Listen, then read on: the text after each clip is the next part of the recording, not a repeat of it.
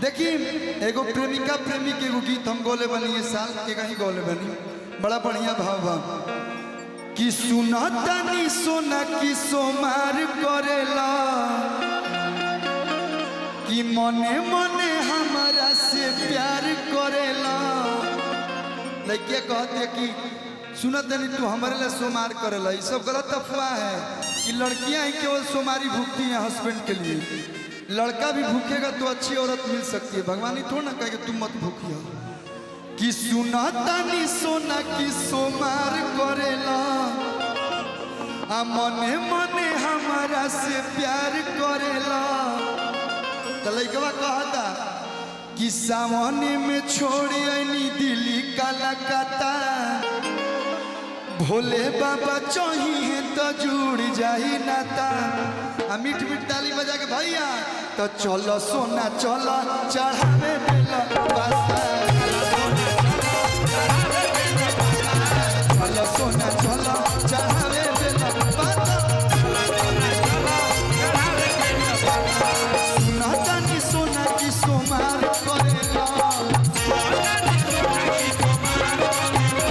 तो मने मने हमारा से प्यार करेला। सावन में छोड़े दिल्ली कलकत्ता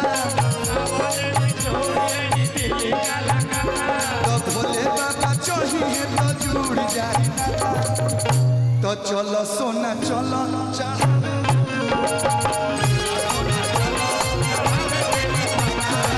चलो सोना चलो चढ़ावे पता।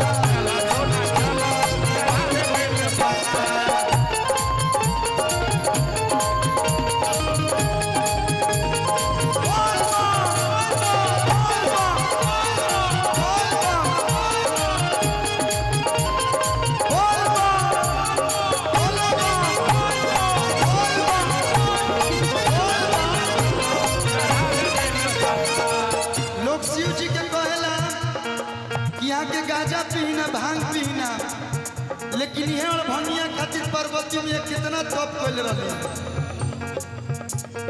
त लइकवा कहता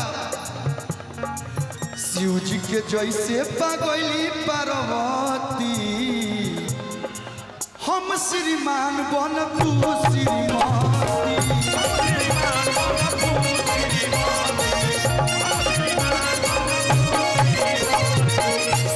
के जैसे पागली पार्वती हम श्रीमान बनबू श्रीमती।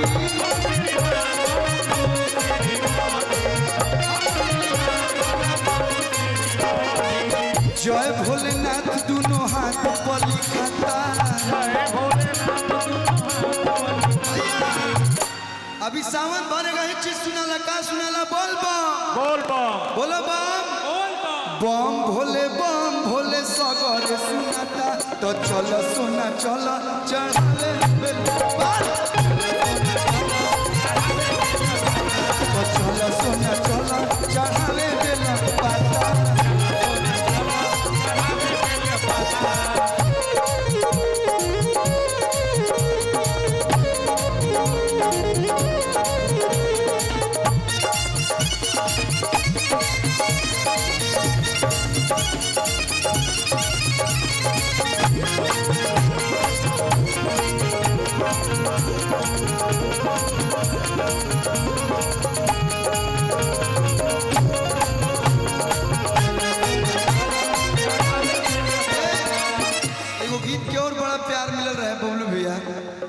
कि संडे के सुना हमार बुक बिया गाड़ी आ संगही में पापा यौरी आ मम्मी जात बाड़ी बड़ी मशहूर होला वही जाके शंखा बोला अरे और बोल चाही का सना चूड़ी हरियर कले रे सारा का पहिरी के नाचो चमचो आबो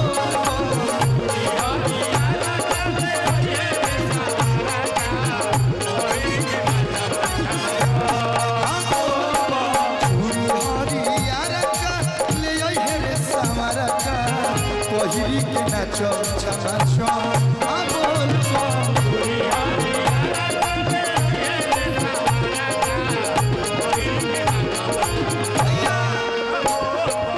संडे के सुना बुक बिया गाड़ी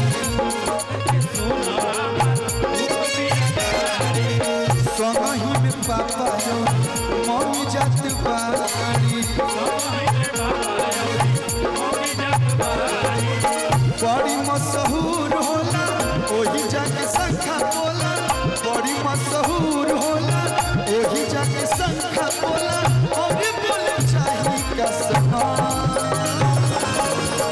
का चाहिए चूड़ी हरियारा का ले आई है सारा का पहिरी के नाच मचो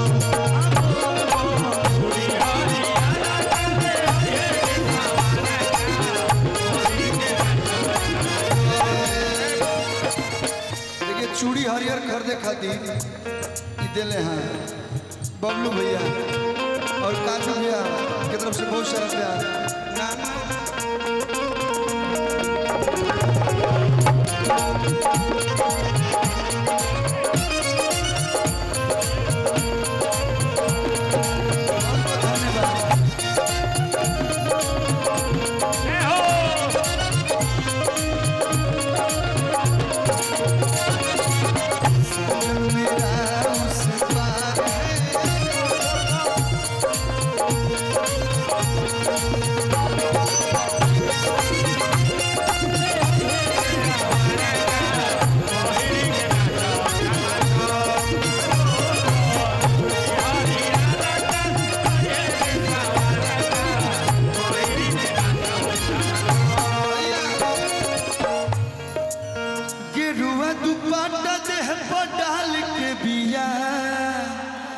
एगो लड़का अपना गर्लफ्रेंड के तारीफ करता कि गेरुआ दुपट्टा देह पटाल के बिया मथवा पटिका कोइले लाल के बिया मथवा पटिका कोइले लाल के बिया भैया अब पगली दीवानी महाकाल के मथवा पटिका लाल के बिया पगली दीवानी महाकाल के बिया